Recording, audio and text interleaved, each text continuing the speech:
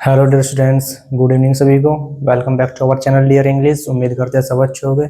और आज की क्लास में हम कवर करेंगे प्रेजेंट कॉन्टिन्यूअस टेंस के 4 फॉर्मूलाज, ये फिर क्या करोगे आप 4 गोल्डन रूल विद एग्जांपल के साथ में। अगर आप कंप्लीट डिटेल से पढ़ना चाहते हो प्रेजेंट कॉन्टिन्यूअस टेंस के बारे में तो मैंने 2 वीडियो अपलोड की है जिसमें अफर्मेटिव और नेगेटिव सेंटेंस कवर किए हैं, और एक क्लास में मैंने इंट्रोगेटिव सेंटेंस जिसमें फर्स्ट टाइप और second type interrogative sentence cover किए हैं।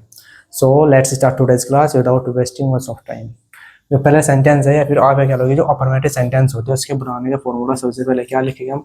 सबसे पहले subject plus present continuous tense की मैंने बताया था helping verb is are am होती है, तो सब्जेक्ट के बाद में लिखेंगे हम is are am plus verb की फर्स्ट फॉर्म में प्लस आई एन जी और प्लस ऑब्जेक्ट प्लस ETC और लास्ट में full stop.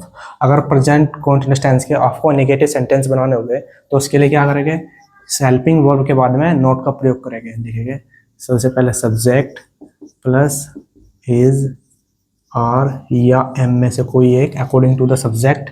Next helping verb आ गई, इसके बाद में लिखेंगे नोट प्लस फिर वर्ब की first form plus ING plus object और इसके बाद में प्लस ETC और लास्ट में फुल स्टॉप।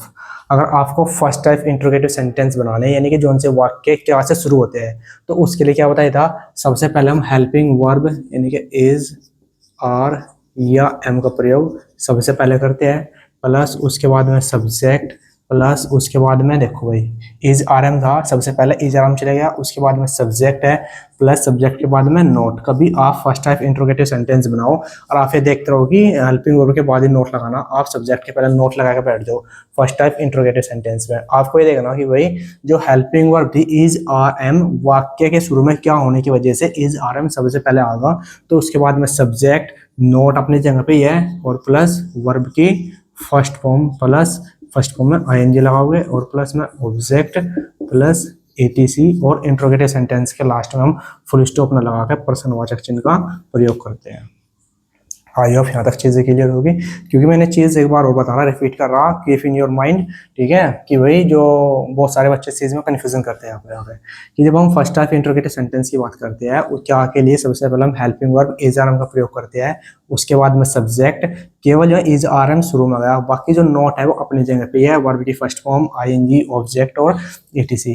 नेक्स्ट अब हम बात करते हैं सेकंड टाइप इंट्रोगेटिव सेंटेंस की, यानी क्या होता है सेकंड टाइप, जब क्या क्यों कब कैसे यानी कि जो भी प्रश्नवाचक शब्द है अगर वे वाक्य के बीच में आ रहे हैं तो सबसे पहले हम उसकी अंग्रेजी लिखेंगे वाक्य में यहाँ पे, ठीक है, जो भी क्वेश्चन वर्ड होगा क्या क्यों कब कैसे उसकी अंग्रेजी सबसे पहले लिखेंगे क्वेश्चन वर्ड, प्लस उसके बाद में हेल्पिंग वर्ब लिखेंगे हम इज आर या एम में से कोई एक अकॉर्डिंग टू द सब्जेक्ट।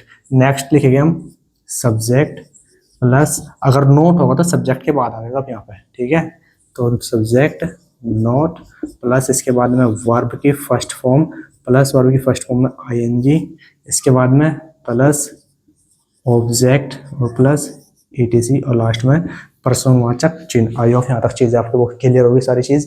तो क्या करना, सेकंड टाइप इंट्रोगेटिव सेंटेंस में सबसे पहले अगर क्वेश्चन वर्ड वाक्य के बीच में आ रहा तो उसकी अंग्रेजी हम सबसे पहले लिखेंगे, बाकी उसके बाद में helping verb subject note verb की फर्स्ट फॉर्म में ING ऑब्जेक्ट ETC सब अपनी जगह चीज़ें एज इट इज़ है। एक एग्जाम्पल के माध्यम से हम सारे फॉर्मूलाज को कवर करेंगे, ठीक है। तो एक एग्जाम्पल के माध्यम से ही जैसे सेंटेंस लिखा मैंने, वह स्कूल में जा रहा है, ऐसे लिखिए वह स्कूल में जा रहा है, ठीक है, वह स्कूल में जा रहा है। तो क्या करेंगे, सबसे पहले इसके लिए हम जो फर्स्ट यानी अफर्मेटिव सेंटेंस है तो सबसे पहले सब्जेक्ट लिखेंगे ही के बाद सिंगुलर है तो इसके लिए हेल्पिंग वर्ब का प्रयोग करेगा इज के बाद में क्या काम करा, जाने काम करा, यानी कि वर्ब होगी गो और फर्स्ट फॉर्म में क्या जोड़ देंगे ING, तो गोइंग, तो he is going to school, वह स्कूल में जा रहा है।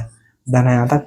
अगर इस सेंटेंस में हो जाए वह स्कूल में नहीं जा रहा है, अगर नहीं आ जाए नोट आए तो क्या करेंगे, हेल्पिंग वर्ब के बाद में नोट का प्रयोग करेंगे, जैसे he is not going, he is not going to school, वह स्कूल में नहीं जा रहा है। नेक्स्ट सेंटेंस अगर ये आ जाए क्या वह स्कूल में जा रहा है, अब इसका मतलब कि क्या वाक्य के शुरू में आएगा। जैसे कि मैंने हर बार बताया भाई, एक बार और रिपीट कर रहा इस चीज को कि जब वाक्य के शुरू में क्या आएगा तो इसके लिए हम व्हाट का प्रयोग वाक्य में सबसे पहले नहीं करते।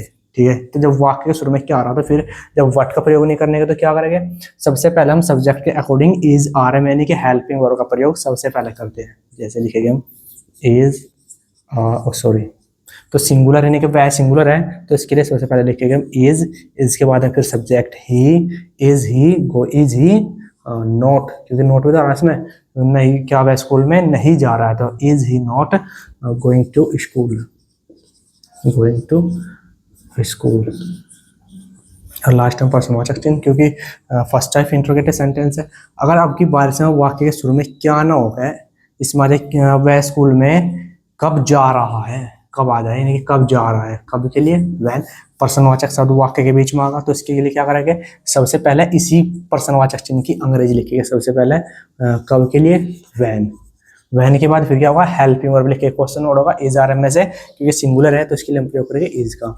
तो वैन इज, इज के बाद में फिर सब्जेक्ट क्या है ही के बाद में फिर नोट भी इसमें है तो फिर नोट भी लिखो। वैन इज ही नॉट, कब नहीं जा रहा है, चलो ऐसे लिख लो, जो ऑटोमेटिक बना लो भाई, ऐसे बना लो इसको। तो वह स्कूल में कब जा रहा है तो when is he going to school, going to school बस। और लास्ट में पर्सनवाचक चिन्ह। अगर सेंटेंस में नहीं भी आएगा यानी कि सेकंड टाइप इंट्रोगेटिव सेंटेंस है और नोट यानी कि नेगेटिव भी है तो क्या करेंगे हम, सब्जेक्ट के बाद में नोट लिखेंगे यहाँ और going to school. I hope यहाँ तक चीजें आपको क्लियर हुई होगी। चार जो गोल्डन रूल्स है या फिर क्या लोगी भाई प्रेजेंट कॉन्टिन्यूअस टेंस के। अगर आप कंप्लीट डिटेल से पढ़ना चाहते हैं तो visit our channel dear English, जहाँ पे मैंने दो वीडियो अपलोड किया है। एक में affirmative sentence, negative sentence and second video में इंट्रोगेटिव सेंटेंस, जो कि first type and second type interrogative sentence है। एक सेंटेंस आपके लिए भी होमवर्क के लिए आपको जो भी बनाना, सीता एक मधुर गाना गा रही है, ये सेंटेंस आपको ट्रांसलेट करके कमेंट बॉक्स में लिखना।